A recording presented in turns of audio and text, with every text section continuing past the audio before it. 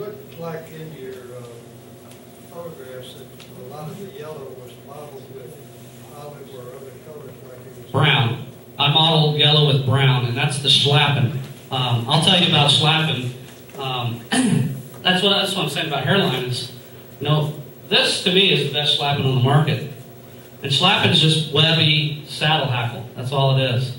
But when you palmer that stuff creates kind of a fold back. It doesn't stiff up, you know, like you would, let's say, a woolly booger where you're trying to get the barbell or whatever to stand up. You want these to lay, you know, kind of back on the fly. So, like, you know, I don't have to do anything to get this, to get that look, you know, and that's a full, really good look. And it's just the slapping. You know, you can be a great tire, but if you're tying with bad materials, you can't tie a good fly. You can be a bad tire, tie with good materials, and you'll tie a beautiful fly every single time.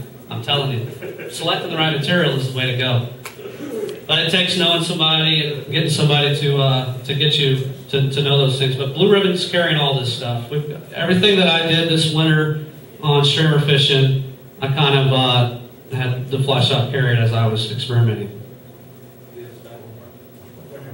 Okay, well, I'm going to wrap this up. I'm going to cut that fly while he talks, and then I'll show you the finished product. I couldn't get to the other flies, but you guys, I passed them around.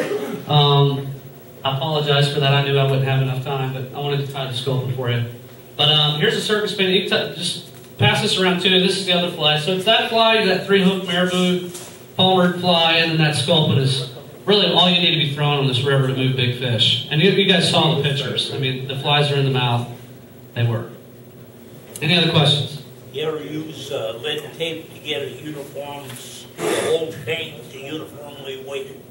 If I'm looking for that kind of look, but in this kind of thing, you're not looking. It's not like you're relying on the shape of the fly, you know, to get the attention. Well, I mean, you want this to sink. Well, you're relying on the weight of the grain. There is no long. I don't weight any flies. Any of these flies, I don't even weight them. You don't even have to waste your time. That 450 will get it down for you. So that's kind of the key. Just keep your leader short. It'll get down. Any other questions? Thanks for having me. I appreciate it. I'll come back if you guys let me. When can you come back? Anytime y'all want. Jeremy has brochures up here, and if you'd like to know more about what he's doing. So, Jeremy, we all appreciate, obviously, you've gone out there and studied what you're doing. That's very interesting. Thank you. I learned a ton. Thanks. If you guys get this brochure, I will tell you this, this White River at NorforkTrout.com, it's no longer. I just don't want to compete with all these domain names. I have two, TaneyComoTrout.com, and if you spell this one on the top, fliesandguides.com, you'll get my site. It's got 210 pages of content. It's got everything you need to know how to fish all these tailwaters. I spill the beans. I've got 122 how-to step tutorials. I've got YouTube videos, clients catching fish. I've got instructional videos for you guys on how to throw streamers, for instance.